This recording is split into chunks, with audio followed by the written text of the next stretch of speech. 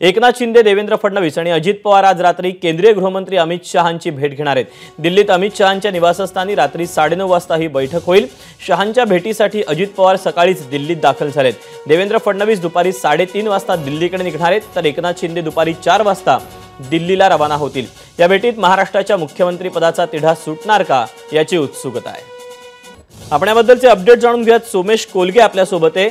सोमेश, महाराष्ट्राच्या सत्ता समीकरणाच्या दृष्टीने ही बैठक अतिशय महत्त्वाची ठरणार आहे। या बैठकीचे काय नेमके पैलू असतील आणि या बैठकीबद्दलचे देखील अपडेट देशील? नक्कीच आज दिल्लीमध्ये महाराष्ट्राचे तिन्ही पॉवरफुल नेते हे दिल्लीत पोहोचणार आहेत आणि विशेष म्हणजे अजित पवार हे सकाळी लवकरच दिल्लीत दाखल होत आहेत आणि दुपारी त्यांचे काही भेटीगाठींचे कार्यक्रम आहेत। संध्याकाळी म्हणजे रात्री जवळपास 9 वाजताच्या सुमारास केंद्रीय गृहमंत्री अमित शहा यांच्या निवासस्थानी या तिन्ही नेत्यांना आमंत्रण आहे आणि तिथे तिघांची बैठक होणार आहे। या बैठकीत स्वाभाविक चर्चा होणार आहे ती महाराष्ट्राचे भावी मुख्यमंत्री कोण असणार, या संदर्भात महाराष्ट्रातील सत्ता वाटपाचा फॉर्म्युला कसा असेल, मंत्रिपद कोण घेणार आहे आणि काल जी एकनाथ शिंदेंनी भूमिका घेतली की आता दिल्लीचे वरिष्ठ नेते निर्णय करतील, त्यामुळे दिल्लीचे वरिष्ठ नेते आज काय निर्णय करणार याला फार महत्त्व प्राप्त झालंय आणि त्यामुळे हे तिन्ही नेते आज दिल्लीत येत आहेत। त्याचवेळी दुपारच्या वेळी अमित शहा हे उत्तराखंडमधील मसुरी या दौऱ्यावर आहेत। मसुरीत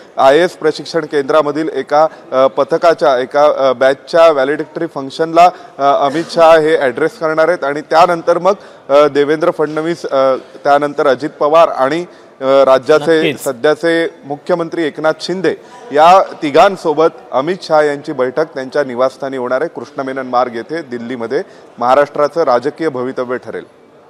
सोमेश, धन्यवाद दिलेल्या सविस्तर माहितीबद्दल। ABP माझा, उघडा डोळे बघा नीट।